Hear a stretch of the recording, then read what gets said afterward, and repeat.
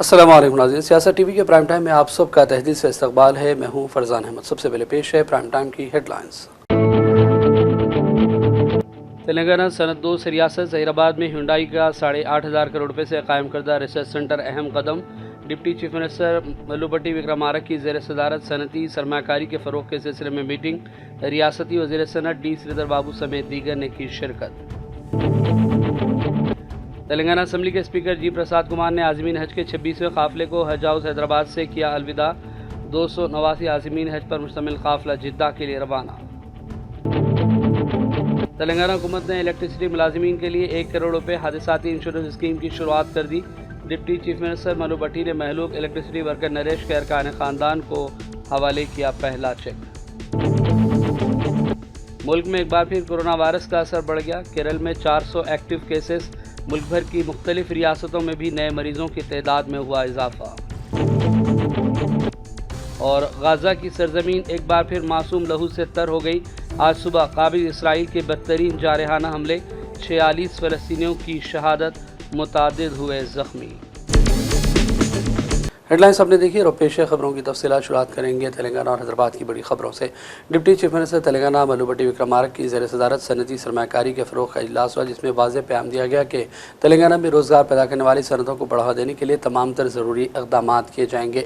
तेज़ रफ्तार तरक्की के लिए हफ्तेवार जायज़ा मीटिंग में तमाम उमूर पर तफसीली गौर व खौज़ किया गया।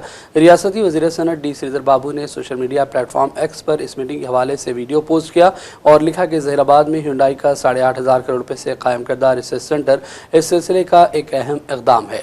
तेलंगाना हुकूमत ने सनत दोस्त पॉलिसी अपनाई है ताकि तेलंगाना में सनतों के क़याम के साथ साथ रोज़गार के भी वसी तर मौक़े हासिल होते रहें। तेलंगाना से आज़मीन हज का 26वां काफ़िला जिद्दा के लिए रवाना हो गया। जम्बो फ्लाइट के ज़रिए 289 आज़मीन हज बैतुल्लाह की अदायगी के गर्ज से हज हाउस नामपली हैदराबाद से रुखसत हो गए। इस काफ़िले को तेलंगाना असम्बली के स्पीकर जी प्रसाद कुमार और रियासती हज कमेटी के चेयरमैन अलहाज गुलाम अफजल बयाबानी मारूफ खुसरो पाशा ने झंडी दिखाकर रवाना किया। हमारे नुमाइंदे फ़हीम अंसारी के मुताबिक इस मौके पर दीगर अहम शख्सियात के अलावा आज़मीन हज के हमरा उनके रिश्तेदारों की कसीर तादाद भी मौजूद थी। ये भारत इंडिया डेमोक्रेसी कंट्री है। हर मजहब वाले जीने का हक है, मगर आज क्या हो रहा देश में आप सबको मालूम है, बोलने का जरूरत नहीं है। देश के लिए आप हज को जा रहे, पवित्रమైన हज को जा रहे आप लोग, देश के लिए दुआ करो और तेलंगाना के लिए दुआ करो। तेलंगाना के सीएम श्री रेवंत रेड्डी साहब के लिए भी दुआ करो। तेलंगाना गवर्नमेंट गरीबों का गवर्नमेंट है। 10 साल के बाद कांग्रेस हुकूमत में आए से हैं और कांग्रेस गरीबों का पार्टी है, गरीबों के गवर्नमेंट है। हर बात रेवंत रेड्डी के जबान से निकले से बात, हर बात हर घर तक पहुँचने का वास्ते आप लोग दुआ करो। और बहुत सारे लोग हाजियाँ बहुत सारे लोग हैं, उनको भी मैं मुबारकबाद देता हूँ। ये इंडिया के लिए और तेलंगाना के लिए अच्छा दुआ करो। और नौजवान बच्चे बहुत जने दिख रहे, बहुत जने जा रहे, उनसे मैं मशवरा करता हूँ। ये बहुत हज बोले तो माइनॉरिटीज उसमें जैसा हिंदुओं का तिरुपति है वैसा माइनॉरिटीज का हज है।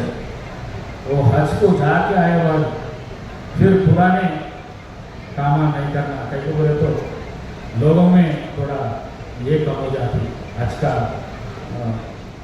जाने का मकसद का कम हो जाती। अस्सलाम वालेकुम रहमतुल्लाहि व बरकातहू। माशाअल्लाह माशाअल्लाह। हैदराबाद तेलंगाना से ताल्लुक रखता हूँ। मेरा नाम फजल रहमान खान है। माशाअल्लाह माशाअल्लाह, अच्छा इंतजाम कमेटी वाले, माशाअल्लाह बहुत अच्छा बंदोबस्त इंतजाम करो, बहुत माशाअल्लाह। तेलंगाना हुकूमत ने इलेक्ट्रिसिटी मुलाजिमीन के लिए 1 करोड़ रुपए पर मुश्तमिल इंश्योरेंस स्कीम की शुरुआत की है। हादसाती मौत पर यह रकम जारी की जाएगी। इस सिलसिले में एक तकरीर में डिप्टी चीफ मिनिस्टर मलुबट्टी विक्रमारक ने दौरान मुलाजिमत जेनरिश नामी एक इलेक्ट्रिसिटी एम्प्लॉई की मौत के बाद उसके अरकान ख़ानदान को 1 करोड़ रुपए का चेक हवाले किया। तेलंगाना जॉइंट एक्शन कमेटी की जानिब से 31 मई बरोज़ हफ्ता 2 बजे वक्त बचाओ दस्तूर बचाओ के मौजू के तहत इंदिरा पार्क धरना चौक पर धरना दिया जाएगा। जॉइंट कन्वीनर उस्मान खान ने इस हवाले से मीडिया के लिए बयान जारी किया और आवाम से अपील की कि वो भारी तादाद में इस धरना में शिरकत करें। जो 31 मई को धरना चौक इंदिरा पार्क पर रखा गया है, मैं गुजारिश करता हूं तेलंगाना के मुसलमानों के जिम्मेदारों से, इमामों से, मौज़िनों से, खतीबों से और हमारे दरगाहों के सज्जादों से, मसाजिद कमेटी से, दीगर कमेटियों से गुजारिश करता हूं कि आप तमाम लोग इस मार्च के लिए आगे आए और बिलखुसूस मैं कारोबारी लोगों से, ताजिर लोगों से, दुकानदारों से, डॉक्टर्स से, स्टूडेंट्स से, ऑटो यूनियन से, एनजीओ से, मिलाद कमेटी से, सोशल ऑर्गेनाइजेशन से, सोशल मीडिया इन्फ्लुएंसर से, वेब चैनल वालों से, स्कूल वालों से, खबरस्तान वालों से, दीगर मोहल्ले वालों से, मसाजिद कमेटियों से, सबसे गुजारिश करता हूं ये बहुत अहम मार्च है, इसमें हमको शामिल होना बहुत जरूरी है। ये वक्फ का जो कानून बनाया गया है मुसलमानों की माशियत को तबाह करने के लिए, इसके लिए हमको बिलखुसूस रोडों पर निकलना पड़ेगा और हमको अपने मुल्क के दस्तूर को बचाने के लिए रोड पे निकलना जरूरी है। यह जमहूरियत है, जमहूरियत में सरों की गिनती होती है, जमहूरियत में प्रोटेस्ट को देखा जाता है। तो यह हमारा दस्तूरी हक है कि हम इस बिल की खिलाफ वर्जी करते हुए इस बिल के मुखालिफत में अपने घरों से निकले। मैं आपसे यही गुजारिश करूंगा कि आप तमाम लोगों से यह बिल की मुखालिफत करना हमको बेहद जरूरी है। हमारी नस्लों के लिए हमको वक्फ जायदादों को छोड़ के जाना है, हमारी नस्लों के लिए मसाजिदों को बचाना है, खानखाओं को बचाना है, ईदगाहों को बचाना है, आशुर खानों को बचाना है, कब्रस्तानों को बचाना है। मेरे भाई, तेलंगाना में दबे गुशे और पसमानदा तबकात के मसाइल के खिलाफ जद्दोजहद के मकसद से 17 साल कबल कायम करदा SC ST BC मुस्लिम फ्रंट की तंजीम जदीद अंजाम दी गई। ज़िमन में मुनक़दा प्रेस कॉन्फ्रेंस के बाद तर्जुमान फ्रंट प्रोफेसर अमन खान और चेयरमैन सनाउल्लाह खान ने फ्रंट के क़याम के अगराज़ व मकासद पर रोशनी डाली। इस मौके पर कन्वीनर फ्रंट हयात हुसैन हबीब और दीगर भी मौजूद थे। अभी फिल वक्त हमारे साथ में जो SC ST BC मुस्लिम फ्रंट के जो अहम लोग थे उन काफ़ी लोगों का इंतकाल हो चुका है, जिसकी वजह से हम एक नई बॉडी का क़याम अमल में लाए हैं। अब ये नई बॉडी है जिसके मैं नाम आपको पढ़ के सुना देता हूँ। हमारे एडवाइज़र में जनाब आमिर अली खान साहब MLC, जनाब JB राजू साहब, professor D Gali Vinod Kumar, Mir Masood Ali Khan advocate, Baliya Naik, Shrimati G Vennela, Padmarao advocate, Balakrishna Shankar, T Rajalingam साहब हमारे यूनिवर्सिटी एडवोकेट है, चेयरमैन माई सेल्फ। कन्वीनर्स में GV सूर्या किरण जो हमारे गजर साहब के साहिबजादे हैं, और CL यादगिरी, हयात हुसैन हबीब साहब, जहांगीर गौड़, MS तनवीर, P सुदेश बाबू, नईमुल्ला शरीफ, S मुनी कुमार, श्रीमती P सुमलता, मुजाहिद हाशमी, श्रीमती फातिमा सलीम, मोहम्मद मसूद अली एडवोकेट, नीलम मुदीराज, स्पोक पर्सन में जनाब प्रोफेसर अनवर खान साहब जैसे लोग और चिन्नामल्ला जैसे साबिका MLA, उन लोगों ने मिलकर इसको क़ायम किया था इस मकसद के तहत कि मुल्क की आबादी में सबसे बड़ा परसेंटेज मुसलमान और दलित, ये सब को मिलाकर, दलित में SC ST BC ये सब आते हैं, इन सब को मिलाकर इनको मुल्क की हुक्मरानी में और मुल्क को दरपेश मसाइल को हल करने में इनका अपना रोल अदा करने के सिलसिले में इनको तैयार किया जाए और वक्तन फ़ौक्तन सरकारों के पास रिप्रेजेंटेशन भी किया जाए और फिर अपनी नुमाइंदगी के लिए तैयारी भी की जाए। इलेक्शन में वगैरह हिस्सा लेना, मुख्तलिफ़ बातें उसमें थी। बहरहाल इसके लिए ये तंजीम क़ायम हुई। आज तक वो काम करती रही जिसमें काबिल ज़िक्र और मूवमेंट तेलंगाना का, सेपरेट तेलंगाना के मूवमेंट में सबों ने हिस्सा लिया और उसको हासिल किया, लेकिन अफसोस के हासिल करने के बाद में यही एहसास फिर आया। नाखानदा लोगों को रोज़गार से जोड़ने और उन्हें नौकरियां दिलाने के मकसद से पुराने शहर हैदराबाद की गुंजान मुस्लिम आबादी वाले इलाके ईदगाह मीर आलम से मुत्तसिल एक मुकाम जिसका नाम है बस्ती नबी करीम सल्लल्लाहु अलैहि वसल्लम, जहां पर community institute of technology centre का कई बरस पहले क़याम अमल में लाया गया। रज़ाकाराना तंजीम आई होप के बानी मेरोफ की काविशों से सेंटर को क़ायम किया गया, जिसका मकसद तालीम से महरूम तलबा तालिबात को रोज़गार से जोड़ना, ट्रेनिंग देना है। सेंटर की खसूसियत है कि यहाँ पर दीनियात की तालीम के साथ साथ प्रोफेशनल कोर्सेज़ की मुफ्त ट्रेनिंग का भी इंतज़ाम है। 3 मरहलों में माहिर असातिज़ा की निगरानी में ट्रेनिंग दी जाती है। CIT का एक और मरकज़ किला गोलकुंडा के इलाके में भी मौजूद है। लड़कियों के लिए मुफ्त टेलरिंग तरबियत भी फराहम की जा रही है। हैदराबाद ज़ूलॉजिकल पार्क की रोड पर यह टेलरिंग सेंटर काम कर रहा है, जहां पर इंडस्ट्रियल सिलाई मशीनें ट्रेनिंग के लिए फराहम की गई। बेरोज़गार और तालीम से महरूम लड़कों और लड़कियों के अलावा मर्द और ख़वातीन के लिए भी रोज़गार से जुड़ने का एक बेहतर मौका CIT की जानिब से फराहम किया जा रहा है। मेरा नाम सैयद अब्दुल क़य्यूम है। मैं BTech इलेक्ट्रॉनिक्स हूँ। इससे पहले मैं तकरीबन 30 साल सेट1 में as a deputy manager training में ड्यूटी अटेंड करा हूँ। उसके बाद अलाउद्दीन ITA में एज ए प्रिंसिपल 2 साल काम किया। उसके बाद यहाँ पर एज ए प्रिंसिपल काम कर रहा हूँ मैं। ये CIT community institute of technology है। ये एक ट्रस्ट के अंडर में काम कर रहा है। यहाँ पर हम बॉयज़ और गर्ल्स आई होप ट्रस्ट है, उस ट्रस्ट के अंडर में इंस्टीट्यूट काम कर रहा है। यहाँ पर हम बॉयज़ और गर्ल्स दोनों को भी ट्रेनिंग देते हैं। बॉयज़ को ऑटोमोबाइल में कार इलेक्ट्रीशियन, कार मैकेनिक और रेफ्रिजरेशन एयर कंडीशन में ट्रेनिंग देते हैं। गर्ल्स को हम कटिंग एंड टेलरिंग में इंडस्ट्रियल ट्रेनिंग देते हैं। बॉयज़ में कार मैकेनिक और कार इलेक्ट्रीशियन 1 साल का कोर्स होता है और रेफ्रिजरेशन एयर कंडीशन 6 महीने का होता है। ये साल में 3 सेमेस्टर होते हैं। फर्स्ट सेमेस्टर रेमिडल होता है, दूसरा जूनियर और तीसरा जो है सीनियर टेक्नीशियन होता है। यहाँ पर ख़ास तौर पे स्पेशलिटी ये है कि यहाँ पर दीनियात भी होती है और टेक्निकल ट्रेनिंग भी होती है। दीनियात 1 घंटे की होती है, आलिम साहब के ज़ेर निगरानी होती है, और टेक्नीशियन कोर्स के 4 घंटे प्रैक्टिकल, 2 घंटे जो थ्योरी दी जाती है। इसकी वजह से अल्हम्दुलिल्लाह 100% बच्चों को हमारा एम्प्लॉयमेंट मिलता है। इसकी चंद खुसूसियात इस ट्रेनिंग की ये हैं कि लाइव गाड़ियाँ जो रोडों पे फिरते रहते हैं, वो जब ख़राब होती हैं तो हमारे पास सर्विसिंग के लिए आते हैं। तो वो सर्विसिंग गाड़ियाँ हम बच्चों की मदद से हम कराते हैं। तो इस तरह बच्चों को लेटेस्ट टेक्नोलॉजी से वाकिफ़ियत हो जाती है। इसी तरह से कार इलेक्ट्रीशियन में स्कैनिंग एक बहुत अहम चीज़ है। आज की इंतहाई सख्त ज़रूरी ट्रेनिंग, डिमांडेबल ट्रेनिंग है वो हम जो है फ्री ऑफ कॉस्ट बच्चों को जो है स्कैनिंग देते हैं। यही ट्रेनिंग बाहर कहीं भी नहीं दी जाती। खाली स्कैनिंग की ट्रेनिंग 25,000 रुपये है, लेकिन हम फ्री देते हैं। इसकी वजह से बच्चों को काफ़ी एम्प्लॉयमेंट मिलता है। और इस इदारे की ख़ास खुसूसियत ये है कि यहाँ पर 100% एम्प्लॉयमेंट मिलता है। और बच्चों के लिए भी 6 महीने की ट्रेनिंग है, कटिंग एंड टेलरिंग, ख़ास तौर पे इंडस्ट्रियल टेक्निकल ट्रेनिंग हम उनको कटिंग एंड टेलरिंग। मेरा नाम सिराज है। मैं 2020 से यहाँ पे काम कर रहा हूँ, तकरीबन 5 साल से। अल्हम्दुलिल्लाह ये गरीब तख्ता के बच्चे हैं, जो गरीब गुरबा जो अपना गुजारा डेली वेजेस पे करते हैं, जो उनके पेरेंट्स मौज की बंडी या फिर ऑटो वगैरह चलाते हैं। हमारे जो ट्रस्टी हैं जो अब्दुल रऊफ़ साहब, ये बच्चों के लिए सोच के, उनके मुस्तकबिल के लिए सोच के जो करे हैं, अल्हम्दुलिल्लाह बहुत अच्छा है।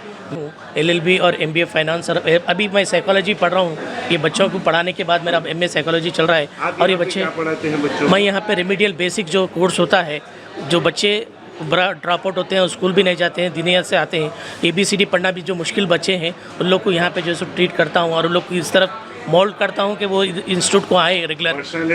पर्सनालिटी डेवलपमेंट, जी हाँ, पर्सनालिटी डेवलपमेंट भी करते हैं। और उनकी साइकोलॉजी से पढ़ते हुए उनको जो पढ़ाई की तरफ रुजू कराते हुए, उनके प्रैक्टिकल्स में और उनको थ्योरी में इंटरेस्ट दिलाते हुए, मैं जो कंप्यूटर के जो क्लासेस होते हैं, बेसिक क्लासेस जो इसके रिलेटेड होते हैं, कोर्स के रिलेटेड, वो भी समझाता हूँ। और इनको जो पार्ट्स है, गाड़ियों के नामा वगैरह है, जो इंजन के पार्ट्स वगैरह हैं, वो पूरे बेसिक्स में ही पूरा इनको कम्प्लीटली सिखा देता हूँ। और इनको इधर मोल्ड करने के, पढ़ाई की तरफ मोल्ड करके इंस्टीट्यूट को आने के लिए जैसे मोल्ड करके इनके डेवलपमेंट के लिए वर्कआउट करता हूँ। ये सीनियर बच्चे हैं पूरे, और ये लाइव गाड़ी पे काम कर रहे हैं कि अपने पास जो है लाइव गाड़ी पे काम करने से बच्चों को ज़्यादा मालूमात होता, और बच्चों को जो है यहाँ से कंपनी में हम लोग भेजते काम के लिए। कंपनी वाले आके बच्चों को जो है इंटरव्यू करके लेके जाते हैं। और माशाल्लाह इनकी सैलरी जो है कम से कम 12,000 से 15 से स्टार्ट रहती है, और बच्चे परफेक्ट होके जाते हैं यहाँ से। जितने भी गाड़ियाँ जो है कस्टमर्स के रहते हैं, हम लोग यहाँ पे ला के जो है बच्चों को लाइव गाड़ी बताते, पूरा काम क्या चल रहा, जनरल सर्विस या सस्पेंशन का काम हो या फिर इंजन का काम हो, ये हर काम बताते हैं बच्चों को परफेक्ट करके। गाड़ी बताने से फ़ायदा क्या है बच्चों को? फ़ायदा है कि जो है खाली अगर मॉडल पे बताए तो समझ में नहीं आता। लाइव गाड़ी बताने ये फ़ायदा है कि खुद वो काम करे तो उसको समझ में आता, क्या काम हो रहा गाड़ी में, क्या प्रॉब्लम आया, क्या फॉल्ट है, उनको मालूम होता। फॉल्ट जो है सॉल्व करते हैं बच्चे। ये जो है, मेरा नाम मोहम्मद अब्दुल खदीर है। मैं कम्युनिटी इंस्टीट्यूट ऑफ टेक्नोलॉजी का इंस्ट्रक्टर हूँ। मैं यहाँ पर जो है ना जूनियर क्लास को ट्रेनिंग देता हूँ। मेरे पास जो है ना 30 स्टूडेंट्स है, जिसमें स्टार्टिंग ये मैकेनिकल का स्टार्टिंग बेस है, जिसमें इंजन, गियरबॉक्स, सस्पेंशन, स्टीयरिंग और ब्रेक का जो है ना मुख्तलिफ जो है ना पार्ट्स वगैरह याद दिलाए जाते हैं और इसके फंक्शंस याद दिलाए जाते हैं। अल्हम्दुलिल्लाह यहाँ पर बच्चे अच्छा जूनियर में ट्रेनिंग लेके सीनियर में जाते हैं। सीनियर से फिर लाइफ गाड़ियों पे ट्रेनिंग लेते हैं। उसके बाद जो है ना हम लोग उन लोगों को मुख्तलिफ वर्कशॉप्स में, कंपनी पे, जॉब्स पे लगाते हैं। अल्हम्दुलिल्लाह हमारे पास के कई बच्चे यहाँ पर ट्रेनिंग लेके कंपनियों पे अच्छे बड़े बड़े पोस्ट पे जूनियर में जो है ना ट्रेनिंग दी जाती है। अल्हम्दुलिल्लाह यहाँ पर बच्चे बेस इनका मजबूत होता है। इंजन कैसा फंक्शन करता है, गियरबॉक्स कैसा काम करता है, गेयरां कैसा शिफ्ट होते हैं और गियरबॉक्स में कितने किस्म के गियरबॉक्स है, इंजन में कितने किस्म के इंजन है, पेट्रोल इंजन कैसा काम करता है, डीजल इंजन कैसा काम करता, सस्पेंशन में कितने किस्म के सस्पेंशन है और सस्पेंशन कैसा काम करता, शॉक अब्जर में कितने किस्म के शॉक्स है वो कैसा काम करता, ब्रेक में कितने किस्म के ब्रेक से ब्रेक किस तरीके से काम किया जाता। यानी मैकेनिज़्म पूरा बेस यहाँ पर जूनियर में इनका तैयार किया जाता है। अल्हम्दुलिल्लाह बच्चों को बेहतरीन यहाँ पर ट्रेनिंग दी जाती है। ये साल भर का कोर्स है जिसमें बच्चे अल्हम्दुलिल्लाह अच्छा परफेक्ट होते हैं और अपना मुस्तकबिल यहाँ से सुधारते हैं। मेरा नाम मोहम्मद मखदूम मुहिउद्दीन है। So I did my M.Tech in machine design. So I will take theory subject for this advanced senior course. So in advanced topics, what we'll do cooling system, steering system, suspension. So all this will come in advanced topics. So that part will take for seniors. So coming back to juniors, we'll take another batch juniors. So that's for basics only. So we'll give the usage of tools, how you have to use tools, how to apply the tools for various repairing, assembly of engines, other things we'll take. So in junior, what happens? We'll take only basic parts. There's engine, types of engine, how to classify, how to differentiate. For example, we take two engines, spark engine, diesel engine. So in spark engine, what we'll do, we'll take petrol engine first part. So differentiate will take different. So for junior batch, only basic part will be there. Whereas for senior part, we'll take advanced topics. So for example, just I said, no, cooling system. So in cooling, what happens? How to maintain the coolant, what is the temperature, how to change the radiators. So different parts, whatever defects we'll get, that will verify in senior parts. So in advanced topics, we'll take in senior part. Whereas the basic topics will take in junior parts. ये जो हमारा CTI institute है, यहाँ पर जो एक refrigeration air condition का course है, जिसमें जो है अपन प्रैक्टिकल और रेफ्रिजरेशन एयर कंडीशन के बारे में बेसिकली जो नॉलेज है आपको मिलती है, जिसमें आपको जैसा आपको रेफ्रिजरेशन है, एयर कंडीशन है, फिर होम अप्लायंसेस जैसा है, अपने को ओवन आता है, उसमें गीज़र आता है और अपने पास बड़े बड़े आउट इंडोर है अपने पास। और जो है अपन इसमें क्या है बेसिकली जो बच्चे को नॉलेज मिल गए। और अल्हम्दुलिल्लाह अब तक मेरे पास जो है, इससे पहले जो मेरा फर्स्ट बैच कंप्लीट हुआ, फर्स्ट बैच में जो है मेरे 20 बच्चे तो जो है अल्हम्दुलिल्लाह से लोगों को हर एक को 12,000 से लेकर 15,000 तक जॉब प्रैक्टिकली नॉलेज में और नॉलेज के साथ उन लोगों को जॉब भी मिल गई है। और अभी अल्हम्दुलिल्लाह मेरे पास बाकी के बच्चे भी हैं, इंशाल्लाह इनके बारे भी जल्द से जल्द होकर। अभी राइट नाउ मेरे पास 16 मेंबर्स है। अभी एक ही महीना हो रहा क्रूज शुरू हो गए, इंशाल्लाह अभी एडमिशन्स आ रहे जा रहे हैं। इस इदारे में तकरीबन 1 साल से जो है अरकान इस्लाम, दीनियत के मसाइल व दीगर फ़राइज़, वाजिबात, सुन्नत, मुस्तहब, दीगर तमाम मसाइल समझाए जाते हैं और बच्चों को बड़े ही ज़ौक़ और शौक़ से याद दिलाया जाता है। और तकरीबन कई सारे बच्चे इसमें अल्हम्दुलिल्लाह से दीनियात के तकरीबन मसाइल में महारत हासिल कर चुके हैं और अल्हम्दुलिल्लाह से कई सारे बच्चे इस दीनियात से मुस्तफ़ीद और फ़ायदा हासिल उठा रहे हैं और इंशाअल्लाह और आगे भी इसी तरह कोशिश रहेगी और उम्मीद है कि ये अपनी आने वाली नस्लों में भरपूर इस्तिफ़ादा हासिल करेंगे। कितने स्टूडेंट्स आपके पास दीनियात पढ़े? अल्हम्दुलिल्लाह से 70 से 80 जो है कुल तलबा यहाँ पर मौजूद है जो इस दीनियात की क्लास को अटेंड करते हैं। मेरा नाम ज़ाकिर हुसैन है साहब। मैं बच्चों को ऑटो इलेक्ट्रिकल और स्कैनिंग का सिखाता हूँ। मैं आजकल स्कैनिंग बहुत इंपॉर्टेंट चीज़ है बच्चों को सीखने के लिए। सब नए गाड़ियों में पूरा सेंसर्स, एक्टिवेटर्स, स्कैनिंग के बगैर काम नहीं कर सकते जितने भी नए गाड़ियाँ आ रहे हैं। तो बच्चों को वही ट्रेनिंग देता हूँ मैं। स्कैनिंग कैसा करना है, कैसा मतलब इसमें चलाना है, कैसा यूज़ करना है, स्कैनर कैसा यूज़ करना है, ट्रबल शूट कैसा करना है, वायरिंग डायग्राम कैसा रीड करना है, ये सारी चीज़ की ट्रेनिंग ये लोग को रहेंगे तो ये लोग काम करने में आसानी होगी। ये लोग सिर्फ ऑटो इलेक्ट्रिशियन का 4 मंथ्स का है सर जी। ठीक, 4 मंथ्स का है सर। तो ये बच्चे ये सीखने के बाद स्कैनिंग वगैरह हाँ परफेक्ट हो जाते हैं, परफेक्ट हो जाएंगे और गाड़ी में फॉल्ट पकड़ने में बहुत आसानी हो जाएगी। हर चीज़ ये लोग बगैर गाड़ी को हाथ लगा के ऑपरेट कर सकते हैं, यहाँ से चेक कर सकते हैं, स्कैनिंग कर सकते हैं, लाइव देख सकते हैं क्या क्या ख़राबी हो रही है इसके अंदर, पूरा देख सकते हैं समझो। जिला जगाऊं के पालाकुर्ती इलाके में एमएलसी आमिर अली खान ने दौरा किया और कांग्रेस पार्टी कारकुनों के एक इजलास से खिताब किया। इस मौके पर दीगर पार्टी लीडरान और कारकुनों की भी बड़ी तादाद मौजूद थी। एक मीनार मस्जिद नापली हैदराबाद पहुंचकर एमएलसी आमिर अली खान ने दीनी मदरसे के बच्चों से मुलाकात की और उनकी तालीम और दीगर सहूलतों के हवाले से तबादला ख्याल किया। इस मौके पर मस्जिद के जिम्मेदारान के अलावा मदरसे के असातिज़ा और दीगर लोग भी मौजूद थे। गर्माई तातीलात और मौसम में किसी कदर बेहतरी को देखते हुए बड़ी तादाद में लोग हैदराबाद के मशहूर नेहरू ज़ूलॉजिकल पार्क यानी ज़ू पहुँच रहे हैं। इतवार 25 मई के दिन लगभग 24,000 अफराद ने ज़ू में जानवरों का मुशाहिदा किया। बड़ी तादाद में बच्चे, नौजवान, ख़वातीन और मर्द हज़रात ने भी इतवार को ज़ू में जानवरों का मुशाहिदा किया।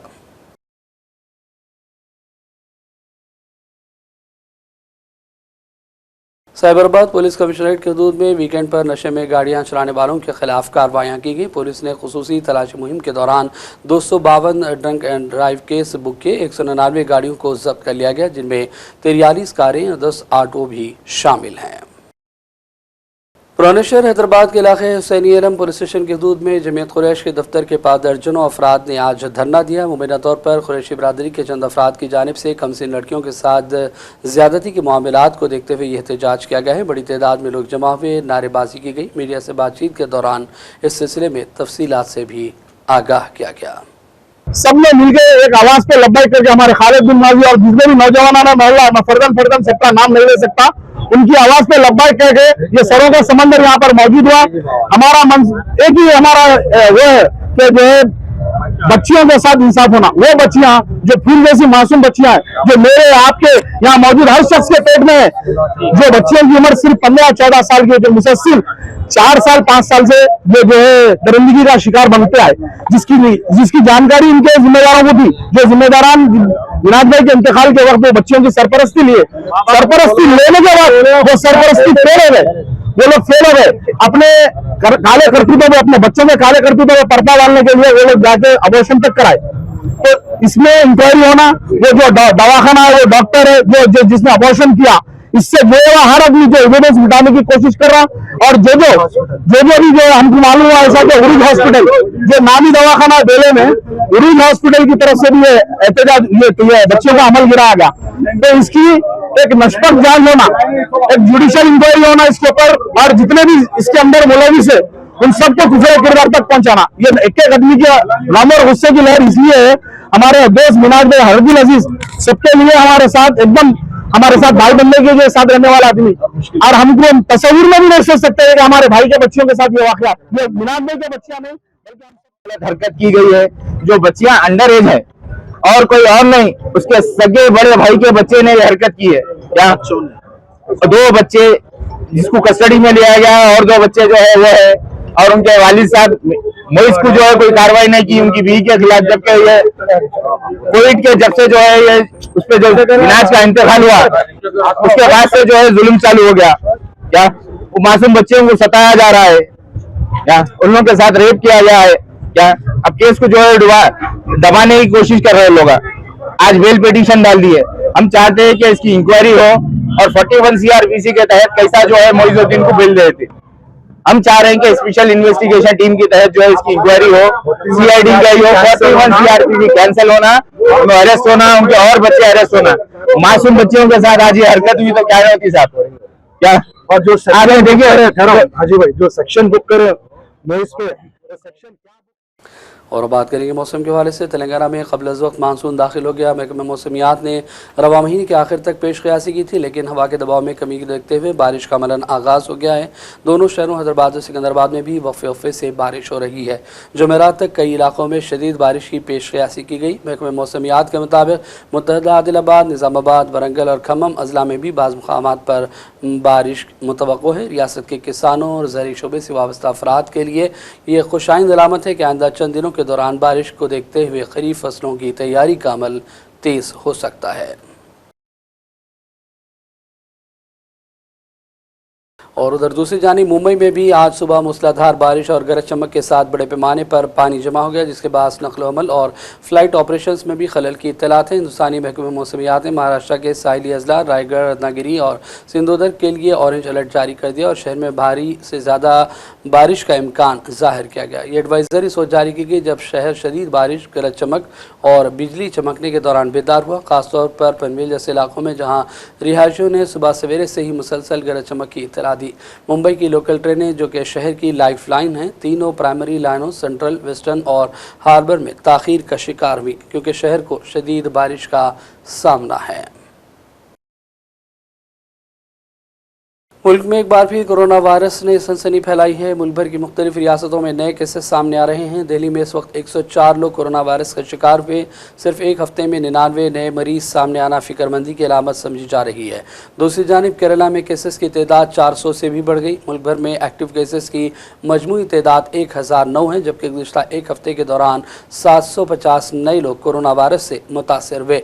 ये तफसीलात मरकज़ी वज़ारत सेहत की जानिब से जारी की गई, हालांकि ज़्यादा फिक्रमंदी की बात नहीं है।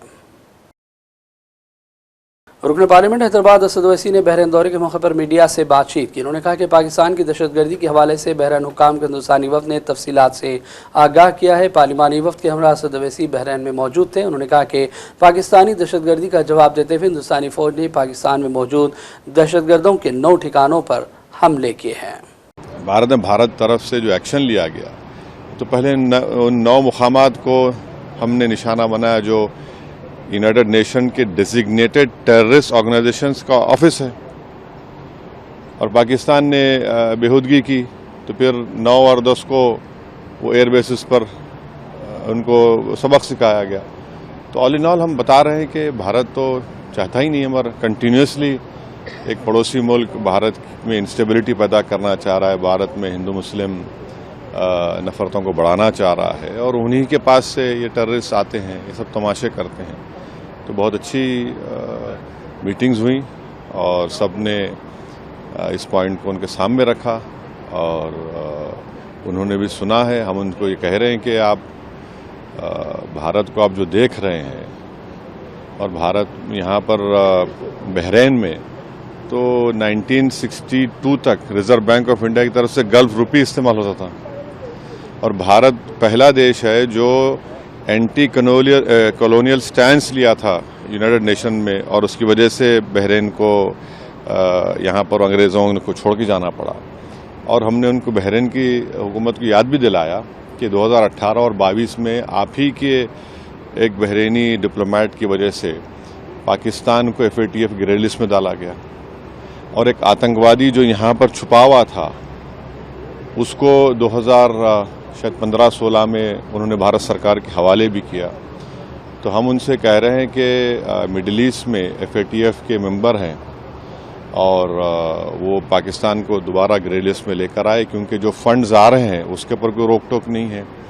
और 2026-27 में बहरीन सिक्योरिटी काउंसिल का मेंबर भी होने जा रहा है। तो इस एतबार से भी ये बहुत अच्छा रहा। जिस तरह से टॉप लीडर से मुलाकात हुई 2 दिन की और बात करेंगे अर्ज़ फ़लस्तीन की। गज़ा की सरज़मीन एक बार फिर मासूम लहू से तर हो गई। आज फिर सुबह ज़ालिम इसराइली फ़ौज ने गज़ा के वसी इलाके में वाक़ स्कूल पर हमला कर दिया, जहाँ फ़लस्तीनी पनाह लिए हुए थे। ताज़ा मुबारी में कम से कम 46 फ़लस्तीनियों की शहादत की इत्तलात हैं, जिनमें बच्चों और ख़वातीन की बड़ी तादाद शामिल है। ऐनी शाहिदी ने कहा कि सहयूनी फ़ौज ने गज़ा में स्कूल पर हमला किया, जो बेघर शहरियों का एक आखिरी आसरा था। हमले के बाद आग भड़क उठी, लाशें जलकर नाकाबिले शनाख्त हो गई। शोहदा में कम से कम 10 बच्चे, 5 ख़वातीन भी शामिल हैं। गाज़ा की बस्तियों में सहयूनी दरिंदों ने मौत का बाजार गर्म रखा है। न घर महफूज है, न बाजार, न खैमे और न पनागाहें। इंसानियत को पामाल करती इस बेरहमाना जंग ने पूरे गाज़ा को कब्रिस्तान में बदल दिया। इसराइल अमेरिका की खुली पुश्तपनाही से फ़लस्तीनियों की नस्लकुशी में मसरूफ़ है। इसराइली फ़ौज ने गाज़ा के 77% ज़मीनी हिस्से पर कब्ज़ा कर लिया और बाकी हिस्से पर कब्ज़े के लिए वहशियाना हमलों का सिलसिला बदस्तूर जारी है। इस दौरान इतला है कि अमेरिकी सदर डोनाल्ड ट्रंप आने वाले दिनों में गजा पट्टी में जंगबंदी और इसराइली यरगमालियों की रिहाई के मुआहदे का ऐलान कर सकते हैं। इस हवाले से हालांकि व्हाइट हाउस की जानिब से कोई बाकायदा सरकारी बयान सामने नहीं आया, लेकिन रिपोर्ट्स के मुताबिक मुजवजा मुआहदे में गजा में जारी जंगबंदी के साथ साथ इसराइली यरगमालियों की रिहाई भी शामिल रहेगी। ट्रंप इंतजामिया के ज़राए ने कहा कि ट्रंप गजा में जारी इंसानी बहरान से फिक्रमंद है और उन्होंने इसराइली वज़ीर-ए-आज़म नेतन्याहू को हिदायत दी कि वो जंग के खात्मे के लिए इक़दामात करें। ताहम इस मुमकिन मुआहदे पर इसराइल की जानिब से कोई सरकारी रद्द-ए-अमल सामने नहीं आया। गजा में इंसानी सूरत हाल दिन ब दिन बदतर होती जा रही है। सऊदी अरब में सैर सयाहत के लिए जाने वालों को अब शराब नोशी की इजाज़त मिल गई है। सऊदी हुकूमत ने एक बदतरीन कदम उठाते हुए 73 सालों बाद शराब पर आयद करदा पाबंदी को हटाने का ऐलान कर दिया। बताया जा रहा है कि इस पाबंदी को ख़त्म करने का मकसद सियाहत को फ़रोग़ देना है। साथ ही 2030 में एक्सपो और 2034 में फीफा आलमी कप को ध्यान में रखते हुए ये फ़ैसला किया गया। हालांकि सरकारी तौर पर अभी तमाम तर तफसीलात मंज़र आम पर नहीं लाई गई, लेकिन कहा जा रहा है कि साल 2026 से इसका आगाज़ हो सकता है। और अब आखिर में हेडलाइंस पर डालेंगे एक और नज़र। तेलंगाना सनत 2 से रियासत ज़हीराबाद में हुंडई का 8,500 करोड़ रुपये से कायम करदा रिसर्च सेंटर अहम कदम। डिप्टी चीफ मिनिस्टर मल्लुपट्टी विक्रमारक की ज़ेर सदारत सनती सरमाकारी के फ़रोग़ के सिलसिले में मीटिंग। रियासती वज़ीर सनत डी श्रीधर बाबू समेत दीगर ने की शिरकत। तेलंगाना असम्बली के स्पीकर जी प्रसाद कुमार ने आज़मीन हज के 26वें काफ़िले को हज हाउस हैदराबाद से किया अलविदा। 289 आज़मीन हज पर मुश्तमिल काफ़िला जिद्दा के लिए रवाना। तेलंगाना हुकूमत ने इलेक्ट्रिसिटी मुलाजिमीन के लिए 1 करोड़ रुपये हादिसाती इंश्योरेंस स्कीम की शुरुआत कर दी। डिप्टी चीफ मिनिस्टर मल्लुपट्टी ने महलूक इलेक्ट्रिसिटी वर्कर नरेश के अरकान ख़ानदान को हवाले किया पहला चेक। मुल्क में एक बार फिर कोरोना वायरस का असर बढ़ गया। केरल में 400 एक्टिव केसेस। मुल्क भर की मुख्तलिफ रियासतों में भी नए मरीजों की तादाद में हुआ इजाफा। और गाज़ा की सरजमीन एक बार फिर मासूम लहू से तर हो गई। आज सुबह काबिल इसराइल के बदतरीन जारहाना हमले, 46 फ़लस्तीनियों की शहादत, मुतादिद हुए ज़ख्मी। प्राइम टाइम का सिलसिला फ़िलहाल यहीं ख़त्म करते हैं। मोहम्मद फरजान अहमद को पूरी टीम के साथ इजाज़त दें। देखते रहिए सियासत टीवी। अल्लाह हाफ़िज़।